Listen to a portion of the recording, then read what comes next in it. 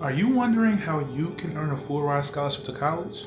Well, in this video, I'll tell you how I earned a scholarship that is worth over $260,000. What's up, y'all? My name is Julian. Welcome to my channel. Just a reminder, my channel is dedicated to helping students of all sorts grow and succeed. And if that's something that you need, then make sure you stay tuned to the end of the video. And if you're new here, make sure that you hit that subscribe button down below. And then if you're a return subscriber, then I really appreciate you coming back. And everyone, make sure that you like and comment to receive more content like this from me. And then before I go any further with the content of the video, I have a message for those who are feeling maybe discouraged and maybe thinking that they won't be able to receive a full ride scholarship or scholarships in general. You're so much smarter, so much more hardworking, so much more deserving than you actually think you are. So never give up. You know, I've always been a big advocate of just putting your best foot forward and pushing past all obstacles, all fears, everything. You know, you're very deserving, and I'm sure that if you work hard enough and if you put your best foot forward to try and get a scholarship, then you definitely will. And then speaking of confidence, I talked about different ways to build your confidence up in one of my older videos, so make sure you check that out after you watch this video. Alright, so I won't waste any more time. I'll go ahead and get into tip number one. So the first tip I have is to actually seek out these scholarships. Do your research, okay? There are so many scholarships out there for all different types of people, scholarships with different criteria, scholarships for different schools. There are so many out there, and not even just schools. Coca-Cola has scholarships, Taco Bell, like Pepsi, so many different brands and companies give scholarships to deserving college students, but they really want you to be able to seek out them, okay? The scholarships aren't gonna be at your door knocking, saying, oh, apply for me. No, you have to knock at their doors. You have to put, like I said earlier, you have to put your best foot forward to actually look for them. They're not gonna come and find you. Like, I remember when I was applying for college and applying for scholarships, I was doing a lot of research online looking for different scholarships. To like have like a wide array of like different unique type of scholarships, and they have scholarships for people who are tall, people who are short. Like, there are so many weird scholarships that you'll find out there, and hey, I say apply to them. It can't hurt anybody. It can only help you at the end of the day. And the thing is, there are so many different resources to help you find scholarships. Okay, you don't have to just do it all yourself, but again, you put your best foot forward to do it yourself. But you can talk to mentors and ask them if they know about any scholarships. You can talk to your peers and ask them, are there any scholarships they apply to that they feel comfortable sharing with you? You can look online. There are so many websites that have hundreds and hundreds of scholarships just up and down the page. You can watch YouTube videos. Plenty of people make YouTube videos about the scholarships that they received and the ones they applied to that they didn't receive even. Talk to college students even who are already there and who receive these scholarships, because it will be no point in them holding on to those scholarships and not sharing it with you. So I mean, I feel like as long as you ask, you're doing your part, and you need to do your part. And then the second tip that I used that helped me get a full ride scholarship was to seek out different types of schools and to just be open. So I know there are certain things that different people look for in different schools, and that's very understandable, as you should, right? But you still need to be open to applying to schools that maybe don't fit every single thing on your criteria of a school that you want to go to. And the perfect example of this is actually myself. Okay, so I currently go to the University of Richmond, and to be honest, I didn't want to apply, but my mother pushed me to apply, which I'm so thankful for, because this is the school that gave me the most money.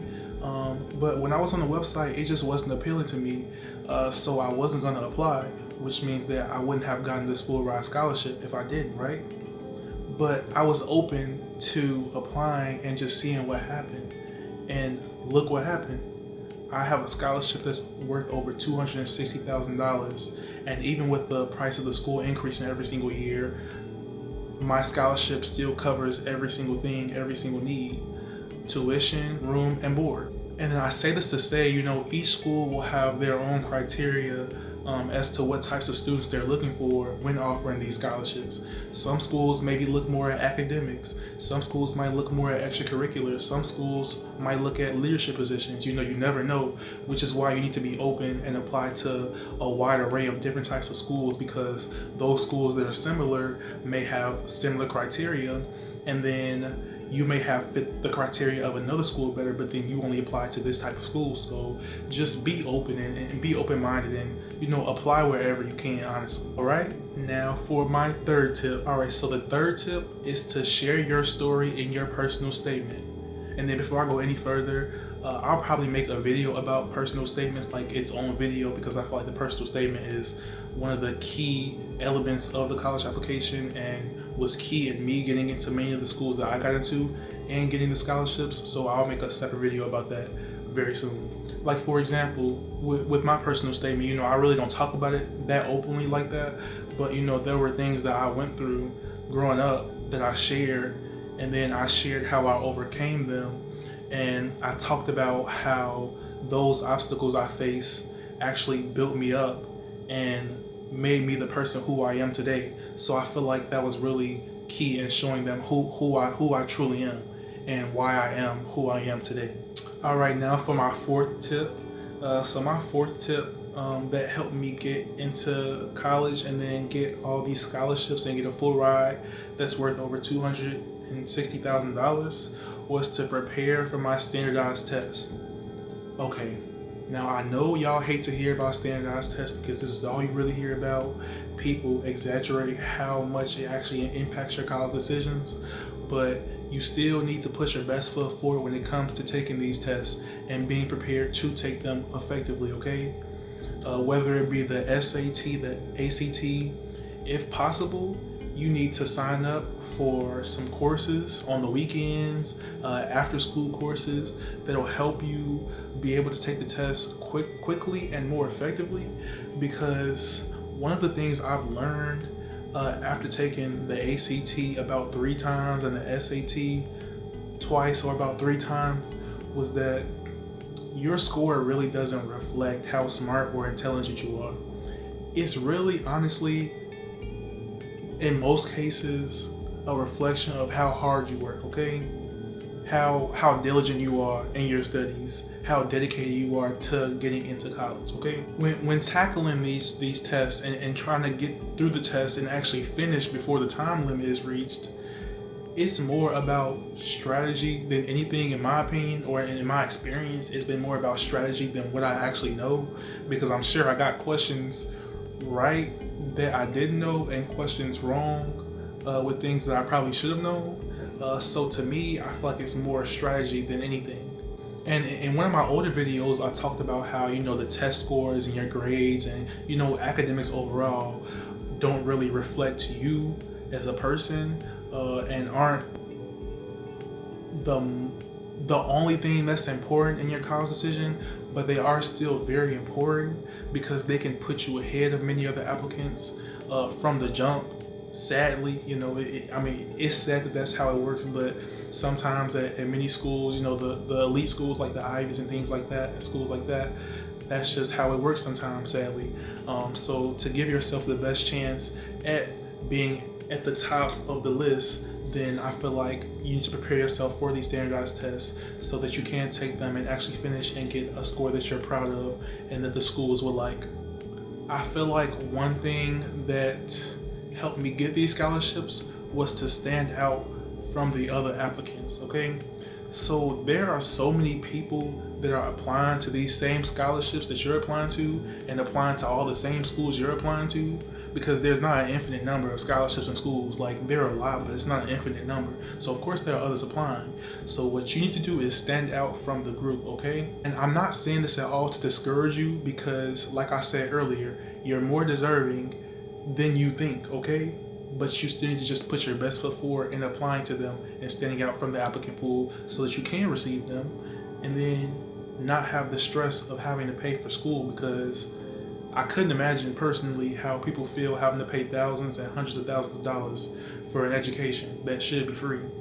And I mean, some different ways to stand out are, exploring different extracurricular groups in high school, finding things that you like, things that you're passionate about, having leadership roles in groups at school, groups outside of school, even probably supervisory roles at work if you have to work a job in high school. And many colleges like to see that you're taking an initiative. So whether it be exploring your passions, I think that's something that's was very vital in me getting into college. So in one of my other videos, I also talked about how I was able to intern in a cancer research lab in high school. And I don't think that that's a very common thing for high schools to be able to do. So I felt like that made me stand out and kind of showed them how dedicated I actually am and how passionate I am about healthcare and medicine. And I feel like that was a great reflection of me to be able to put on my college application and really show them who I was and what I cared about. So, and that kind of told them that I was taking the initiative to explore my passions early on. And then I feel like they could only guess that once you enter college that you'll do the same thing, because these schools want people who are going to give their school a good name at the end of the day, because schools are businesses, so they want to enroll students who will come into that school, help build that school up, and then once they leave, build the school's name and reputation even higher than it already is.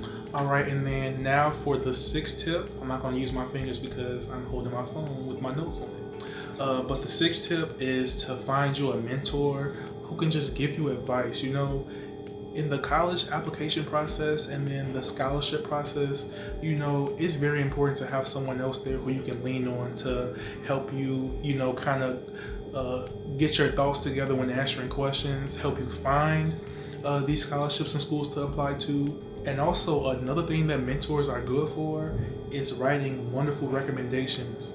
Okay, so when I say mentor, I'm not just talking about somebody who you just met, who you're just going to ask for a recommendation after like a week or so of talking, but someone who you've built a relationship and actually have, tried to build like a strong relationship with for, a while, months, maybe even years.